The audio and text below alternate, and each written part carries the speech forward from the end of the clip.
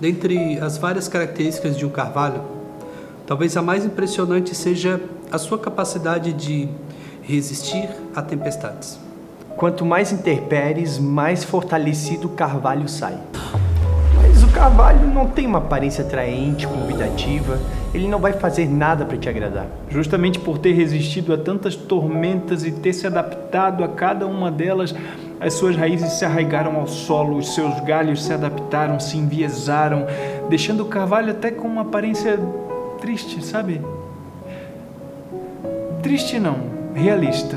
Quando você olha o carvalho, ele é a representação de que a vida não é um conto de fadas, meu amigo. Que você vai precisar ser forte e pronto. Se você está procurando tirar selfies bonitinhas em posts fofinhos para a rede social, o carvalho não vai servir para você, porque o carvalho traz consigo verdades implacáveis e inconvenientes de que na vida o vento vai te envergar E que as tempestades vão tentar te arrancar do chão.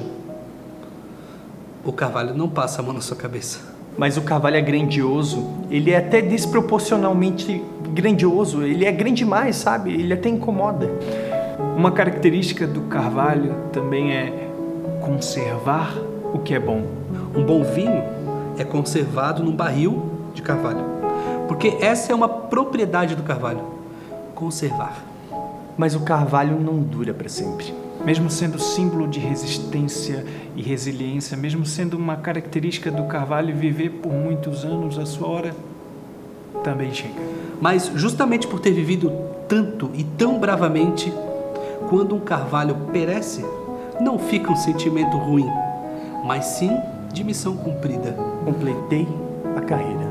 E uma árvore tão grandiosa, tão frondosa, deu sombra para muita gente. E esse é o legado do carvalho.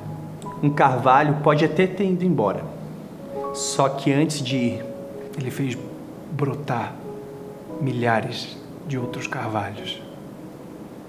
Obrigado, carvalho.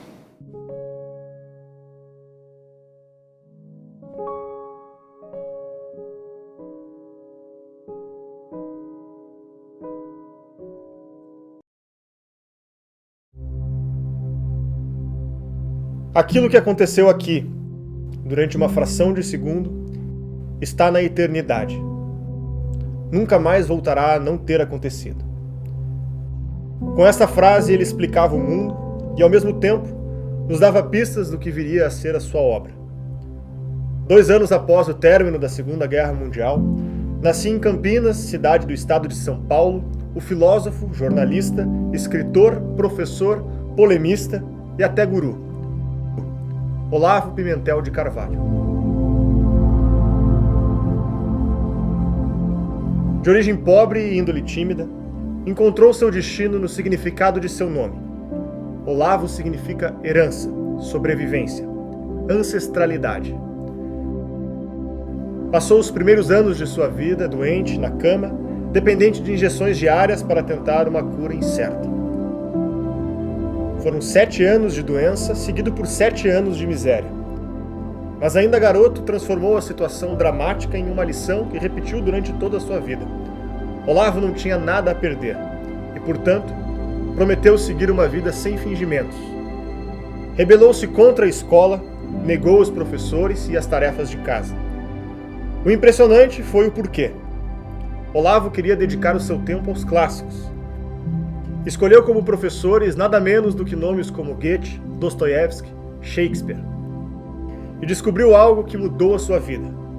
Era um autodidata. Daí em diante, Olavo de Carvalho continuou correndo sempre por fora do sistema, se descrevendo como uma alma humana em busca da verdade. Certa vez contou que, ainda jovem, fez uma promessa para Deus: que ele o deixasse saber os segredos do mundo, mesmo que não pudesse contar para ninguém. Nunca saberemos tudo que Olavo descobriu, mas o que sabemos é que Deus lhe foi generoso, e muito do que aprendeu foi compartilhado e absorvido por milhares de seus alunos. Ao longo da vida, essa jornada de aprendizagem envolveu Olavo de Carvalho em tudo que foi possível imaginar. Com apenas 19 anos, filiou-se ao Partido Comunista. E não foi qualquer filiação. Olavo compartilhou moradia com os grandes líderes da esquerda brasileira, como José Dirceu e Rui Falcão. Estudou a fundo o marxismo e, depois de muito envolvimento com o partido, o abandonou. Talvez nem os seus colegas mais desconfiados pudessem imaginar o adversário intelectual que diante de seus olhos estava se formando. Um dia, contratado para datilografar um curso de astrologia, foi mais uma vez fisgado por sua índole curiosa e obstinada. Olavo constatou que não entendeu nada do que ouvira e passou a dedicar anos ao estudo da matéria.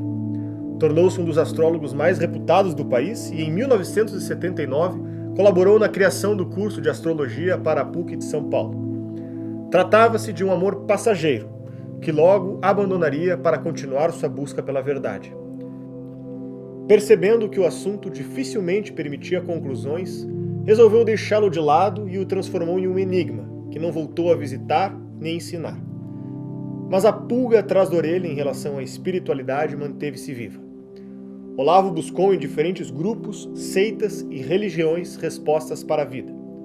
Chegou a ser iniciado na tarica de Fridtjof Schuon, um dos maiores líderes islâmicos do século XX. Durante esse período, em 1986, Olavo recebeu o prêmio por uma monografia sobre o profeta Maomé e um prêmio pela Embaixada da Arábia Saudita por textos inéditos sobre a história islâmica. Acontece que, mais uma vez frustrado, abandonou as taricas e a fé islâmica.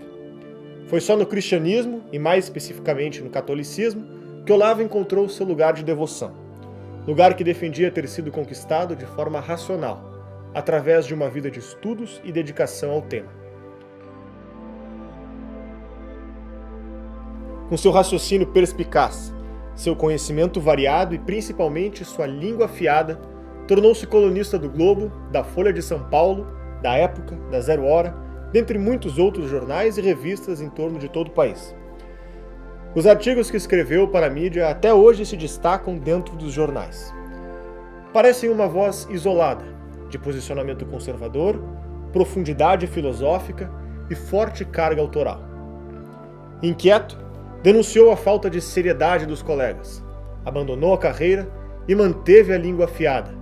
Um ano depois, após assistir à palestra do professor José Peçanha na USP, indignou-se, voltando para casa e, em um sopro de madrugada, desabafou o que talvez seja sua maior obra, seu grande livro O Jardim das Aflições. No ano seguinte, não abandonou as polêmicas e ganhou notoriedade pública com uma crítica contundente à classe falante brasileira. Escreveu o primeiro de seus livros com o título explicitamente provocativo, O Imbecil Coletivo.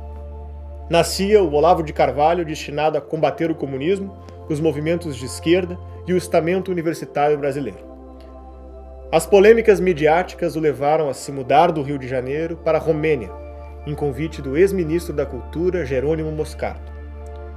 Lá desenvolveu um intenso trabalho e aprofundamento filosófico, sendo inclusive premiado com a Ordem Nacional de Mérito da Romênia, entre outros tantos reconhecimentos. Ao voltar para o Brasil, encontrava-se depauperado, com extremas dificuldades financeiras. Foi quando Rogério Marinho, irmão de Roberto Marinho, lhe concedeu uma coluna no jornal O Globo. A coluna durou até Marinho morrer, quando Olavo perdeu o emprego. Foi morar nos Estados Unidos com um visto concedido a portadores de habilidades especiais, o Gênios Visa. Fundou o site Mídia Sem Máscara e deu início ao trabalho de renascimento da direita brasileira. Fez previsões acertadas, entre elas os escândalos de corrupção que envolveriam o PT, o renascimento conservador do Brasil e a polarização política dele derivada. Criou uma classe conservadora, educou milhares de alunos e vendeu centenas de milhares de livros. Em 2014, quando irromperam as manifestações pelo impeachment da então presidente Dilma Rousseff, uma frase era encontrada nos cartazes de todas as cidades do país: Olavo tem razão. O slogan nunca saiu de circulação. Uma rara homenagem à assertividade das previsões políticas feitas pelo filósofo. E em 2018, a eleição de Jair Bolsonaro foi acompanhado de um livro em cima da mesa, com um título extremamente provocador: O mínimo que você precisa saber para não ser um idiota. Tamanha ousadia já denunciava quem era o autor, que, de alguma forma, influenciava o novo presidente da República. Tratado desde então como guru do governo pela mídia brasileira, Olavo foi conflitado, desafiado, atacado e até mesmo difamado. Durante todo o processo, manteve seu espírito polemista, xingou e detratou praticamente todo e qualquer jornalista oponente de suas ideias. Negou ter relações com o governo, mas manteve suas opiniões polêmicas sendo publicadas diariamente nas suas redes sociais. Para enfrentar seus adversários, Olavo não poupou palavrões, escarneceu em vídeo de seus oponentes, deu apelidos, atribuiu quase todas as críticas à ignorância e má-fé. Ao longo de seus 74 anos de vida, Olavo desbravou ideologias, religiões, filosofias e políticos, combateu ideias, denunciou pessoas, formou militantes e influenciou uma nova geração brasileira. Escreveu mais de 40 livros, dezenas de milhares de páginas em apostilas e ministrou centenas de cursos ao longo de décadas. Protagonizou até um filme, que levou o nome de seu maior livro, O Jardim das Aflições. Por mais de 14 anos, lecionou aulas semanais no seu curso online de filosofia, o COF, obra que formou dezenas de influenciadores da opinião pública brasileira. Portador de problemas cardíacos, em 2017 Olavo foi mordido por um carrapato, contraiu a doença de Lyme e desenvolveu problemas pulmonares. Depois de diversas indas e vindas aos hospitais americanos e brasileiros, a situação de Olavo se agravou. No dia 16 de janeiro, foi diagnosticado com Covid-19. Na semana seguinte, antes de ser sedado na UTI, recebeu de seu padre os últimos sacramentos. 5 horas depois, faleceu. Morreu ontem, aos 74 anos, o escritor Olavo de Carvalho. A informação foi divulgada na rede social dele. Olavo deixa a mulher, Roxane Andrade de Souza, 8 filhos e 18 netos. Quando a notícia veio à tona, a internet foi tomada por depoimentos de jornalistas, profissionais, alunos e gente do povo, que, influenciados pelo professor, manifestaram seu imenso carinho e afirmaram que estavam eternamente gratos ao seu trabalho. Todas essas manifestações, seja de seus fãs ou de seus detratores, deixam claro que o povo brasileiro reconhece espontaneamente não apenas sua relevância polêmica, mas a importância de sua obra. Uma obra que sempre se pautou pela defesa da alta cultura, do combate ao comunismo e do incentivo à busca da verdade. A obra de Olavo de Carvalho partiu de um ideal dele, mas só pode ser concretizada porque foi resultado de uma aliança entre jornalistas, artistas, escritores, profissionais da cultura e o povo brasileiro. Não somente preservar, mas ampliar essa obra é o compromisso hoje defendido por seus alunos.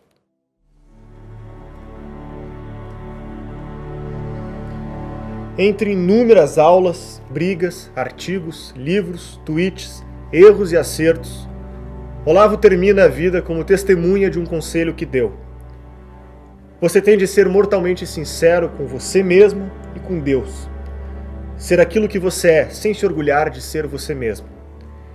Eu vou escrever as coisas com uma naturalidade tão grande, com uma veracidade humana tão grande, que todo mundo vai entender e saber me dizer se eu acertei ou se errei.